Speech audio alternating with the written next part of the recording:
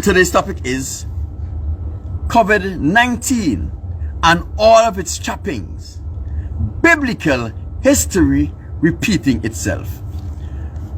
Our scripture reading today is coming from 1 Timothy chapter 3 verse 16. I want you to grab your Bible, grab your notepad, and grab your pen, because I want you to search the scriptures with me, and I want you to make notes as we go along. So 2 Timothy chapter 3 verse 16 says, "For all scriptures are given by inspiration of God, and is profitable for doctrine, reproof, correction, and for instruction in righteousness, that the man of God may be perfect, thoroughly finishing unto all good works." So that the man of God may be perfect is saying that all scriptures are given under the inspiration of God. Not some, but all scriptures. One of the things that we have to clarify here is the Bible, as we know it and as we have it, is the Bible a representation of all scriptures? I say no. The Bible is not a representation of all scriptures. Let us see, what are scriptures? Scriptures is God's word spoken to man and God's word spoken through man. For example, the Most High spoke to Abraham directly. He spoke to Isaac, Jacob. He spoke to Daniel. He spoke to Moses. He spoke to Elijah. He spoke to Samuel. He had one-on-one conversation with these men. And in some cases, he spoke to his angels. That is God's words spoken to man. This is a part of the scriptures. And the other part of the scriptures are God's words spoken through man. For example, when he speaks through the disciples and the apostles, the Most High did not come down and speak to them as he did with Moses, as he did with Abraham, but he sent his Holy Spirit to inspire them and to lead their thoughts in a particular direction so that they can utter what the Most High wanted them to say. Remember, people, don't get misled. The topic is still COVID-19 and all of its trappings. Biblical history repeating itself. And I'm just laying the groundwork. Question we must ask here: is the Bible the Holy Scriptures? People, I would have you know that the Bible, as we have it, is not the entirety of God's words spoken to man or God's words spoken through man. In 312 AD, Constantine, the emperor of Rome, was converted to Christianity. 13 years later, he issued an edict that put together the Council of Laodicea. And the objective of the Council of Laodicea was to make the Bible favorable or palatable to the Caucasians community. Because remember, Constantine was Roman. Romans are Caucasians. Caucasians are the Edomites. Remember, the Most High said in Malachi chapter 1 verse 2 to 4 that he hated Esau and he loved Jacob. He will hate the Edomites forever. When Constantine issued the edict that convened the Council of Laodicea, what they did, they narrowed down the Bible to 52 books, and they take out certain part of those books that were not palatable to the pagan population of Rome, because that was the objective of Constantine, to make the Holy Scriptures of the Most High palatable. So he took out all of the books that they didn't think were necessary, and they compiled them and they altered some of those books so that it can become favorable to the Caucasian community. That is the Bible. So we must conclude here that the Bible and the Holy Scriptures are two body of writing. The Holy Scriptures is the authentic, undiluted word of the Most High, while the Bible is that which was broken down and taken out and altered to ensure that it become palatable to the Edomites. When we say here, COVID-19 and all of its trappings, biblical history repeating itself, we should have said scriptural history repeating itself. What I'm going to tell you here and the text that I'm going to use here, we will not find it in the Bible, because Edom ensured that they remove it because they know they will be able to use these texts against the Israelites, the children of the transatlantic slave trade, in some future date. And people, today is the future date. 2018, 2019, 2020, and 2021 is the future date. 1 Timothy chapter 3 verse 16 says, all scriptures, not some scriptures, all scriptures were given by inspiration of God and are profitable for doctrine, for reproof, for correction, for instructions in righteousness, that the man of God may be perfect. So if you don't have all scriptures, there's a possibility that the man who is striving for perfection in the Most High may never reach it. And that is why they alter the Holy Scriptures and make the Bible. When you have the whole scriptures help you to develop a good and full relationship with the Most High, right? So that you can become perfect, as 1 Timothy have just said.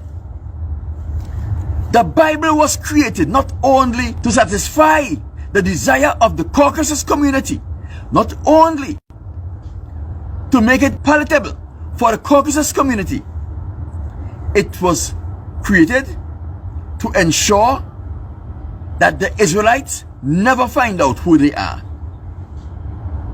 It was created to ensure that the Israelites remain cursed, remain poor, remain sick, remain enslaved, and never achieve our full potential as it is the Most High will. That is the objective of the Bible. It does not mean that the Bible is not good, but the Bible was designed to keep the Israelites slaves, to keep the Israelites poor, to keep the Israelites sick, and to ensure that the Israelites never make it into the kingdom of the Most High. Earlier when I started these series of lessons, I told you to download the book of Joshua. Joshua is one of the books that the Edomite, the Caucasians, take out of the Holy Scriptures, because there were things in the book of Joshua that they didn't want you to know, right? Jasher. So in the book of Joshua, chapter 65, before we go on, let me lay the groundwork for you. Israel was still in Egypt. However, Joseph had died, Jacob had died, and all of the Israelite brothers, Simeon, and all of them had died. Levi was the last to die. By this time, at Levi's death, Egypt would have already changed to pharaohs, and there were a new generation of Egyptians who did not know of the wonders of Joseph and how Joseph preserved the Egyptian community through the Most High. However, at the death of Levi, the Egyptian became dissatisfied with the Israelites in Egypt. So what they did, they take away all of the fertile land. They take away their big nice houses. They take away their livestock, and they were treating them bad. The Edomites came together with the Ishmaelites, and they came to fight the Israelites in Egypt.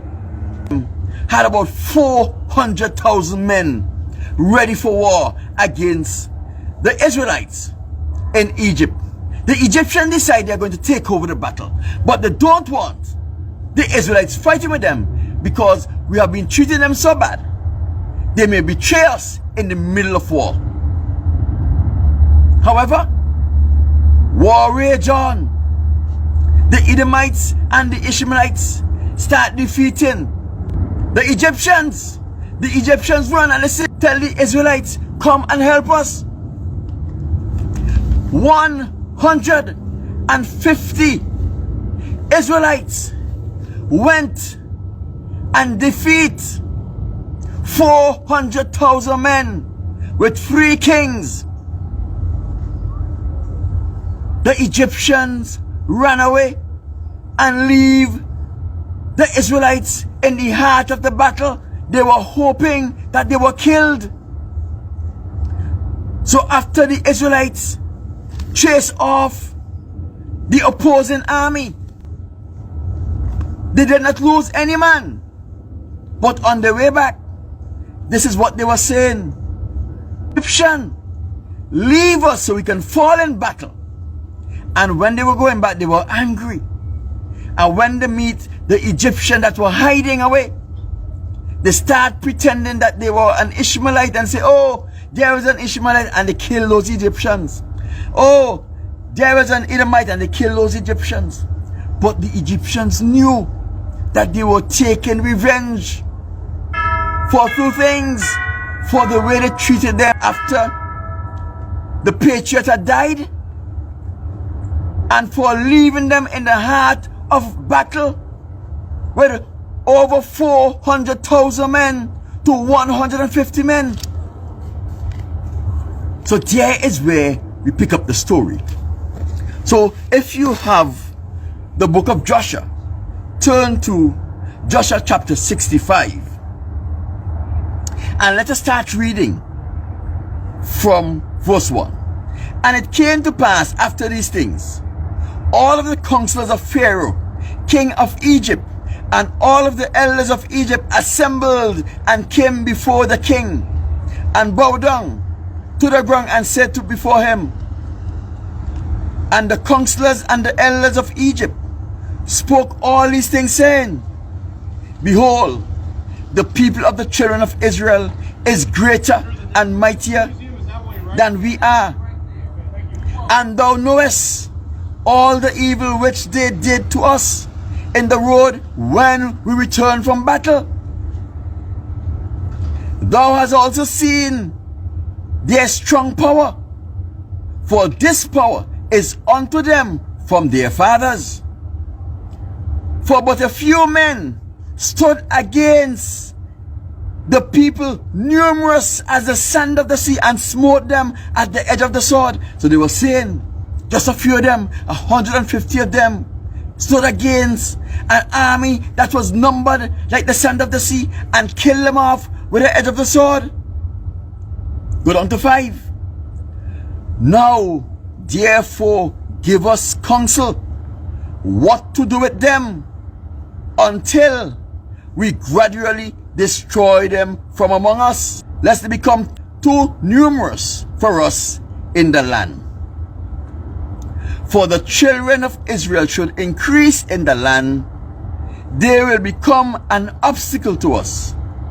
And if any war should happen to take place, they with their great strength will join our enemies against us and fight against us, destroy us from the land, and go away from it.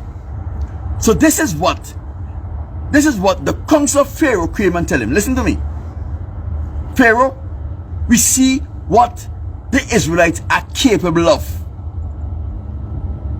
They have fought against a mighty army, 150 of them, and they defeat this mighty army that we in our numbers could not defeat. If they stay around us, they are going to kill us. So there's asking Pharaoh, how are we going to deal with the problem of the Israelites? People remember the topic today. COVID-19 and all of its trappings. Scriptural history repeating itself. So the king answered the elders, and this is what he says. This is the plan. Advice against the Israelites from which we will not depart. This is our plan that we are going to implement against the Israelites, and we will not depart from it. Behold, the land of Pithom and Ramses, cities unfortified against battle. It behoves you and us to build them and to fortify them. Now, therefore, go you also and act cunningly towards them, and proclaim a voice in Egypt and in Goshen at the command of the king. Remember, Goshen is where the Israelites live. All the men of Egypt, Goshen and Petros, and all their inhabitants, the king has commanded us to build Pithom and Ramses and fortify them for battle. Who among you of all Egypt, the children of Israel, and all of the inhabitants of the cities are willing to build with us, shall each have wages given to them daily at the king's order. So go you first and do cunningly and gather themselves and come to Pithom and to Ramses to build. 11. Whilst you are building, cause a proclamation of this kind to be made throughout Egypt every day at the command of the king. And when some of the children of Israel shall come to build with you, you shall give them their wages daily for a few days.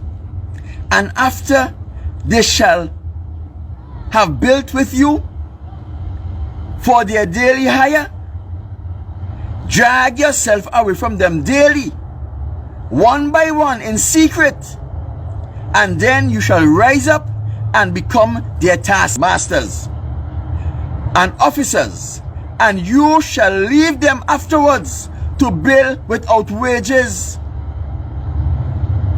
And should they refuse, then force them with all your might to build.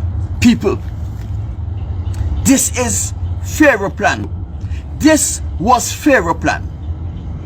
We have Pithom and Ramses, two cities that are not fortified. Right? Go out and invite the Israelites and the Egyptians to come and work with you to fortify these cities. Promise to pay them. But we are going to act cunningly. We are going to deceive them. Right? Remember, the Israelites were living in Goshen. Pithom and Ramses were two cities that were far from Goshen. If you go and research it, they will say that Ramses was near to Goshen, but it's near in comparison to what? For example, Barbados is 100 miles away from St. Vincent, right? But that 100 miles is far. Barbados is far. It takes us 45 minutes on Liat to get from St. Vincent to Barbados and vice versa. But in comparison to St. Vincent and America, Barbados is near. So even though when you're researching, they're going to say that Pithom and Ramses were near to Goshen. Ask yourself, near in comparison to what? Near in comparison to what? you'll get to realize between Goshen and Ramses lies a city called Sukkot, right? So we see between Goshen and Ramses, there is a city called Sukkot. An entire city that separates Goshen and Ramses. So you can see, although it will tell you that Goshen was close to Ramses, it is close in comparison to what? Like Barbados is close to St. Vincent when you compare to St. Vincent in America. But when you consider Barbados is 100 miles away, that's a hell of a distance away. So what Pharaoh's plan was to get the Israelites away from the place that they knew and lived for over 100 plus years. Place where they are strong in, place they were accustomed to, and take them to two cities far away, over 200 miles away. So if you are away from home and people start oppressing you, what are you going to do? So that was the plan of Pharaoh for the Israelites. People, I want you to pay attention to some things here. Let us go down to 14. And we will hear what were the objective, right? 14. And if they do this, it will be well with us to strengthen our hands against the children of Israel. For on account of their fatigue of the building and the work, the children of Israel will decrease, because they will be deprived from their wife day by day. So what they are counting on, the Egyptians were counting on, work them so hard that they will be too tired. And because they are away from home, working, they will not have access to their wives. And therefore, the number of the Israelites will fastly decline. People, remember the topic we're discussing here. COVID-19 and all of its trappings.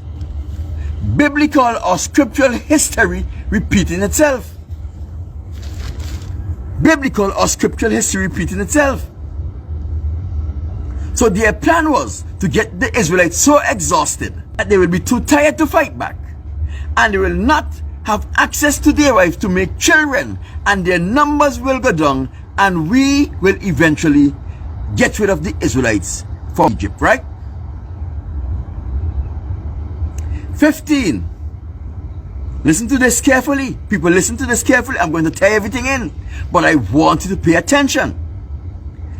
All of the elders of Egypt heard the counsel of the king, and the counsel seems good in their eyes, and in the eyes of the servant of Pharaoh, and in the eyes of all the Egyptians, and they did it according to the word of the king. So let us see all who knew about the king's plan here. Those people, the counselors of Pharaoh, knew of the plan, the elders knew of the plan, and all of the Egyptians knew of the plan. People, the only people that did not know about the plan was the Israelites. Why? Because the plan was designed to destroy and to get rid of the Israelites. People, does this sound familiar? Does this sound familiar? Everyone else know about the plan behind the COVID-19 virus and the vaccine except the Israelites. That is why they are forcing us to take the vaccine, because everyone know about the plan behind this thing except the Israelites. People, I'm going to tie it all in, but I'm just giving you a taste so that you can hang out with me for the next couple of minutes.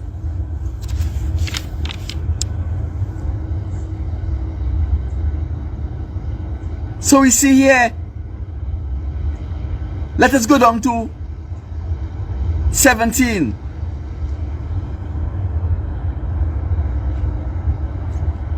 Now, they are going to start disseminating the cunning plan. You have seen what happened, what the children of Esau and the Ishmaelite did to us. This is a war that's happened just a month or so ago. Who came to war against us and wished to destroy us. Now therefore, the king commanded us to fortify the land, to build the cities of Pithos and Ramses, and to fortify them for battle, if they should again come against us. People, the biggest lie is when you mix truth and error together. So what they're doing here, they are telling you the truth about the Ishmaelites and the Edomites came and attacked them. But the fortification of these two cities had nothing to do with that. There is a bigger plan behind the fortification of the city of Pithos and the city of Ramses. It is designed to enslave the Israelites, but they did not know, right? But we will find out some other things later down in this chapter.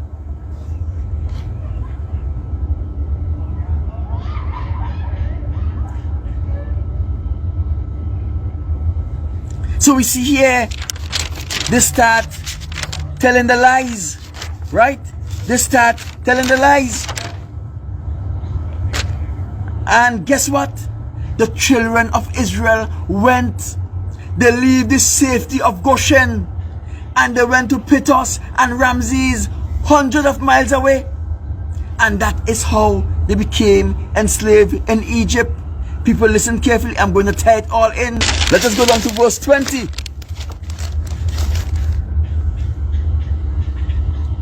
And when the Egyptians and all the children of Israel heard all that the servant of Pharaoh has spoken, there came from Egypt, there came from the Egyptian and from the children of Israel to build with the servants of Pharaoh in Pithos and Ramses.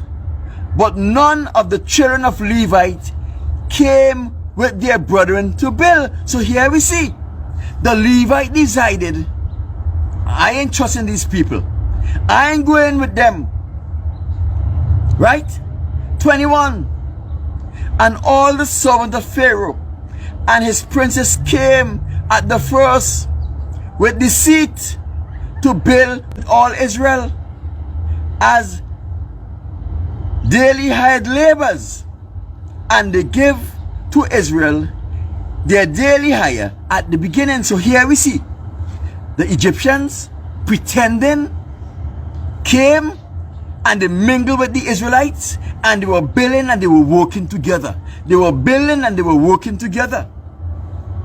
22.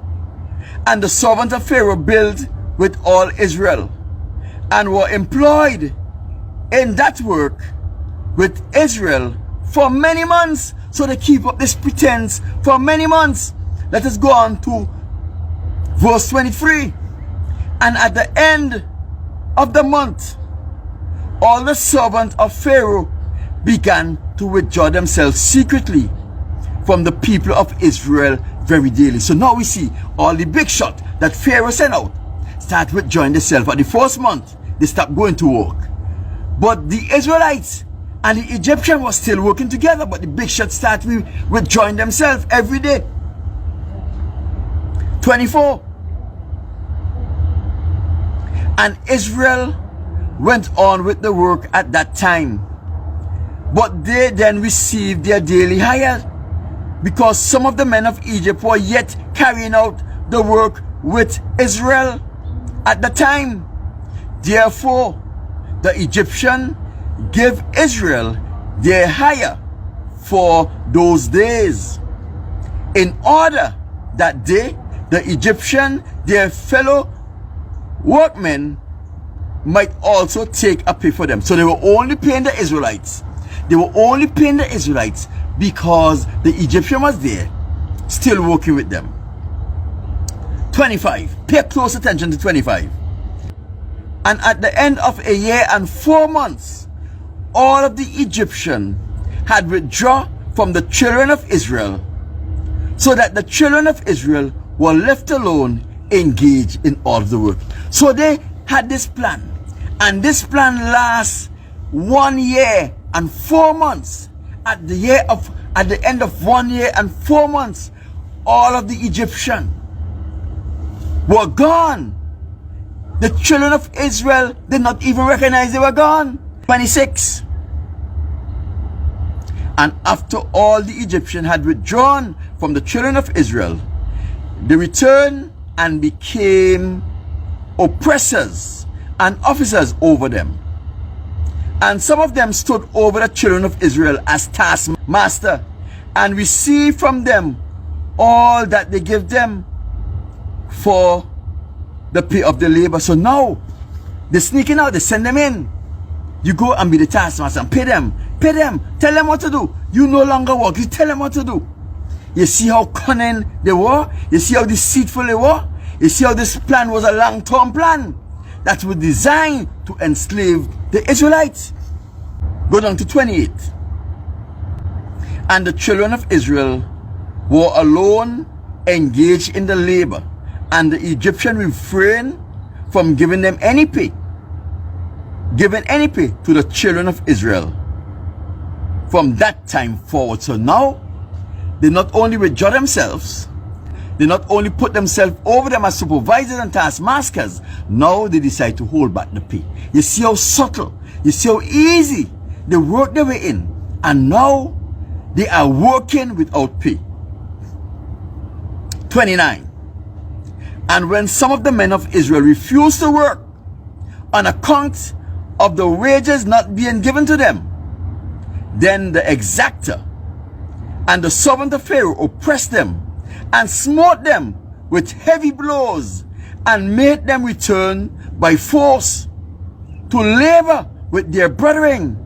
Thus did all the Egyptians unto the children of Israel. People, look at how this thing escalates. For men working together with men from Pharaoh court, now they are working without pay. And when they try to strike, when they try to raise up and say, if you don't pay me, I will not work, they come down in their numbers and start beating them and send them back to work. People, you have to remember, by this time they were far away from home. They didn't have the comfort of their homes and their weapons and their brethren to fight with them as a united, cohesive army. They were far away from home. So we see how the Egyptian eased their way in and enslaved the Israelites without them knowing it. People, this is what is happening with the COVID-19. We are all in this together. That's what it says. We are all in this together. They tell you the Israelite community, the black community is most affected. We are all in this together. Governor of New York City came and says that the blacks should take the vaccine first. We are all in this together. You see how they're sneaking it? They're sneaking it right under your nose, and you don't even have the sense of mind to see what is happening. Let us start tying this thing together. Let us go back. Let us go back to the book of Joshua chapter 65, and let us go to verse 5. Back to verse 5. Back from where we start. Let us start tying it together. Now therefore, give us counsel what to do to them until we gradually destroy them from among us, lest they become too numerous for us in the land. So the objective of the Egyptian counselors was to gradually and slowly destroy the Israelites from among them. Let's go down to 14. And if you do this, the plan, if you carry out the plan, it will be well with us, to strengthen our hands, to strengthen our land against the children of Israel. For on account of the fatigue, on account of their tiredness, of the building and the work, the children of Israel will decrease, because they will be deprived from their wife from day to day. Now, people, we see that is the objective. Let us go to verse 38 and see what 38 have to give us. And all the work wherein the Egyptian made their children of